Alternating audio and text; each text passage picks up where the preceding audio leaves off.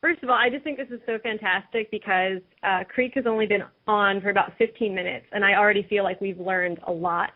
And then I also wanted to say, we've been talking about humans using their brains and thinking, and I just wanted to mention that one of the, I think it's the thing that you kind of start out with in the book is how to think like a victor.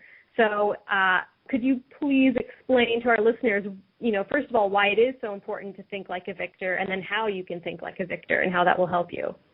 Great question, because you bring up our most important survival tool, and our most important survival resource, and that's the tool in between our ears, our brains. Because one thing's for sure about survival mentality is whatever your mind decides, your body will follow. So if you give up mentally, you'll give up physically. And I can't stress the importance enough of survival mentality. And no one in any book I've ever read or in any movie I've ever watched exhibits such a strong will to live than Katniss. I mean, she goes through the worst of the worst. She's battered, she's beaten, she's burned and drugged and all these other different circumstances. People around her are being killed, and yet she still, to the very end, never gives up. And it's such a great lesson to everybody who reads this series about survival. There's all types of different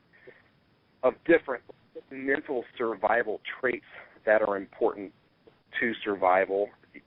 Some of the ones that Katniss, exhibits so perfectly are, she forms alliances, which I really love. Her alliance with Rue and her alliance with Peeta. She never feels above the people that she might be faced in a survival circumstance with.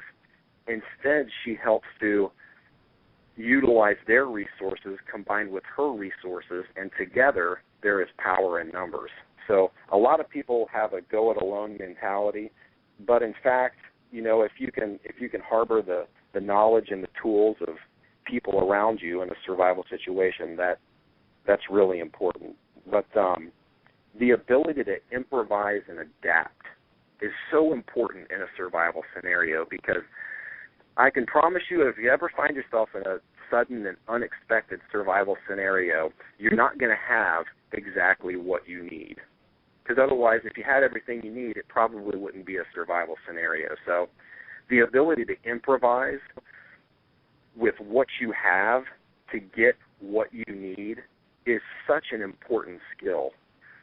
So thinking creatively and looking at everyday objects and even objects in nature through survival-tinted goggles rather than, what they were invented for, but instead what they can be used, how they can be used to help you meet core basic survival needs is such an important trait and such an important skill. So that's kind of a groundwork and framework for the whole think like a victor mentality.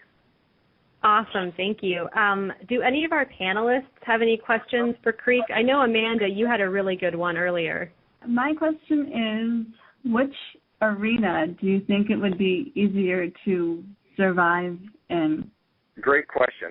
Me personally, the one in the first book, it's more comparable to the Eastern Woodlands, which is where I know. And I think there are probably more resources in the Eastern Woodlands than any of the other arena environments.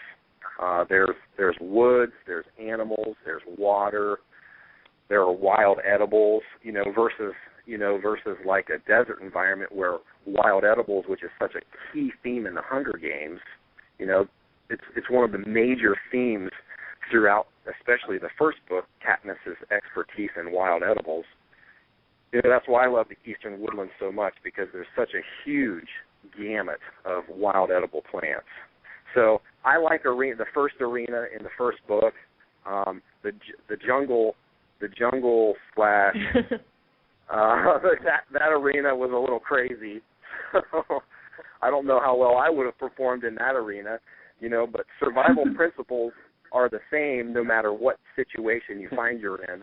you find yourself in, you will always have the same basic survival needs: shelter, water, fire, and food.